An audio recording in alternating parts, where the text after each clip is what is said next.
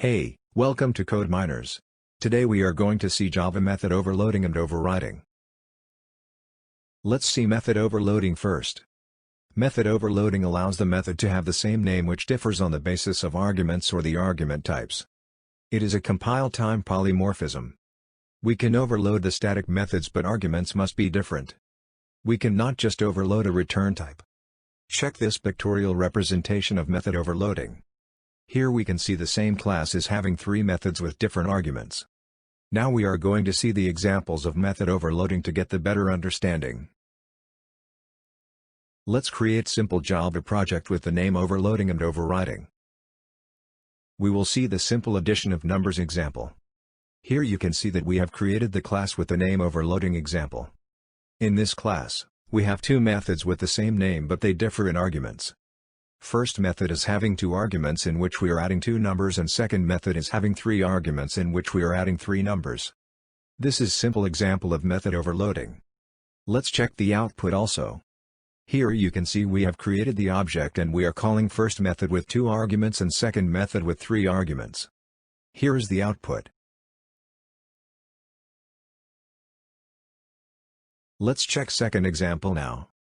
Here we have changed the return type of first method to int from void. This explains we can have different return type also. But arguments of both methods in this case must be different as we have in this example. You can see in the output as first method returned the sum of two numbers and we have printed it on console. This is all about the method overloading. Let's proceed to method overriding now. Method overriding depends on inheritance in Java. If you want to brush up the inheritance concept first, then have a look at the video on inheritance from description below.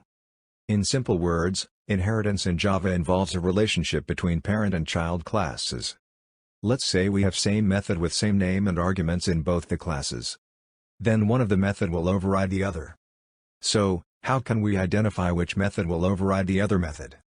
This depends on the object. Let's say we have created the object of parent class, then it will call the parent class method. And suppose we have created object of child class, then method from child class will override the parent method. It is a runtime polymorphism. Final, private and static methods cannot be overridden.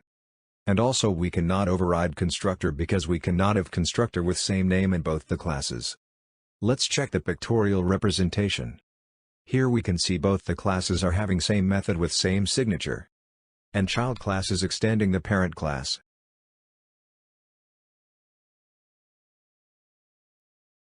Now we are going to see the example of method overriding.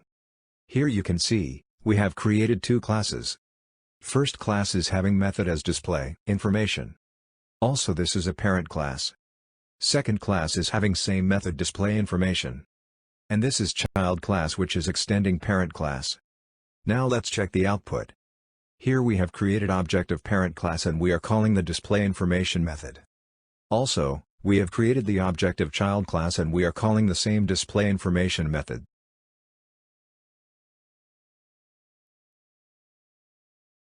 Let's see second example. Here we have used super keyword to call the parent class method. When we call the child class method, first it will call the parent class method and will display information. Then it will display information from child class method. Let's check the output. It's same output as before.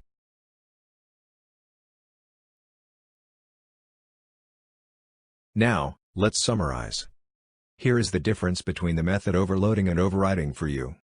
Thank you for watching the video. Let's meet in the next video.